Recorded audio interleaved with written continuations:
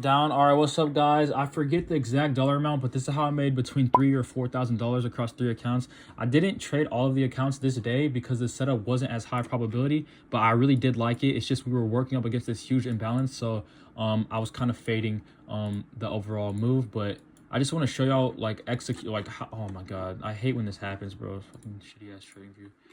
I just want to show y'all like kind of like it doesn't always have to be an absolute A+ setup. You're not always going to get that A+ setup that you want, and you just have to execute.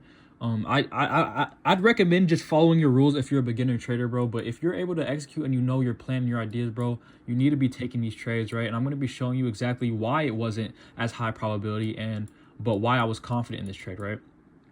So obviously, overall, we have just been extremely bullish throughout the week, man.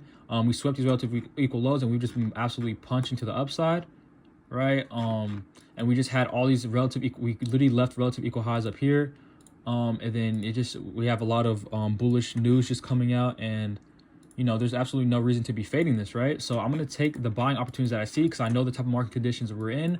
This was literally on a Sunday night to Monday, right? We literally moved damn near 600 points to the upside. So I know we're in absolute extreme market conditions. So I don't want to like miss this opportunity, right? So this is not really FOMO. It's not FOMO. It's just understanding market regimes. That's the best way I could explain it to y'all.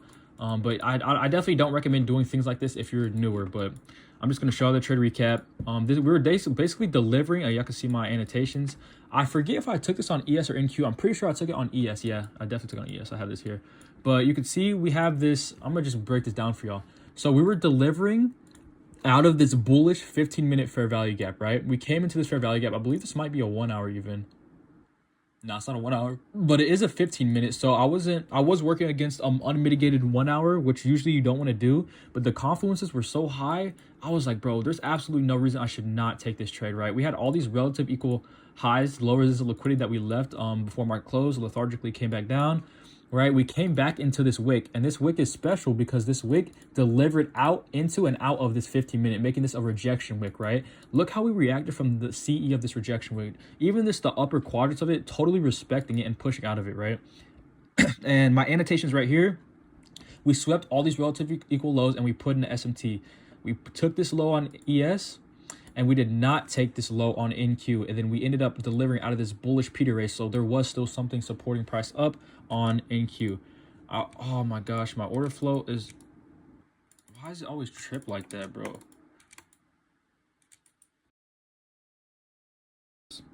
All right, boom. So we got it.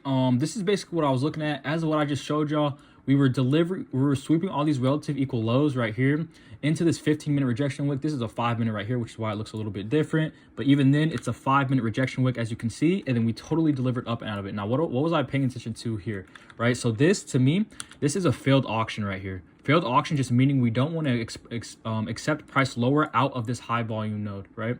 So what I was looking for now was price to retrace back up into this high volume node and then hold price right here, right? So that's exactly what we ended up doing. We ended up retracing, inversing this 5-minute fair value gap, making a BPR like this, right? And we ended up inversing that BPR to the downside. Now, why was I not worried about that? The reason I was not worried about that is because I can see these things like this, right? I don't put so much I guess I don't put so much emphasis on things like this, especially in these cases, because I just know this is a little retrace, right?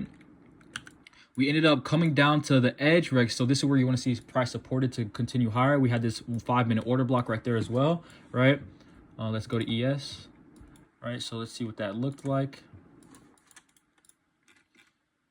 So we're delivering out of that 15-minute rejection wick, sweeping these lows, SMT at the lows, inversing this right here, creating a BPR, and then I see prices being held up, right? I see prices being held up right here at this high volume node, and then I just wait for price to reclaim and push out of this BPR right here. This candle kind of duped me out. We started pushing up, so I just went ahead and entered, but that was a trade right there. And yeah, this is basically just like executing your trades. And here's the execution on screen if I haven't showed it already. Boom.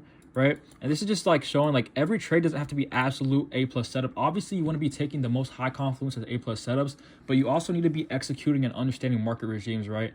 You can't just be pattern trading and expecting to have like huge trades and and consistent trades, right? You need to be able to actually understand what you're looking at, the draw on liquidity, why we're going to deliver up there, and the reason, right? Not just like, oh, we have a sweep of liquidity, I want to go to the other side, right? It's a lot deeper than that, okay? So you have to understand market regimes, just fundamental like understanding of the economy, the news, the current news that's coming out, you know, how to affect the markets, things like that, right? So that's how we were able to catch this beautiful trade to the upside, you know, just executing pretty early in the market open, right? 6 p.m. market had literally just opened an hour ago. I don't think I've ever taken a trade this early in the market, but just understanding you literally like how we've been moving, right? There's no reason not to, right?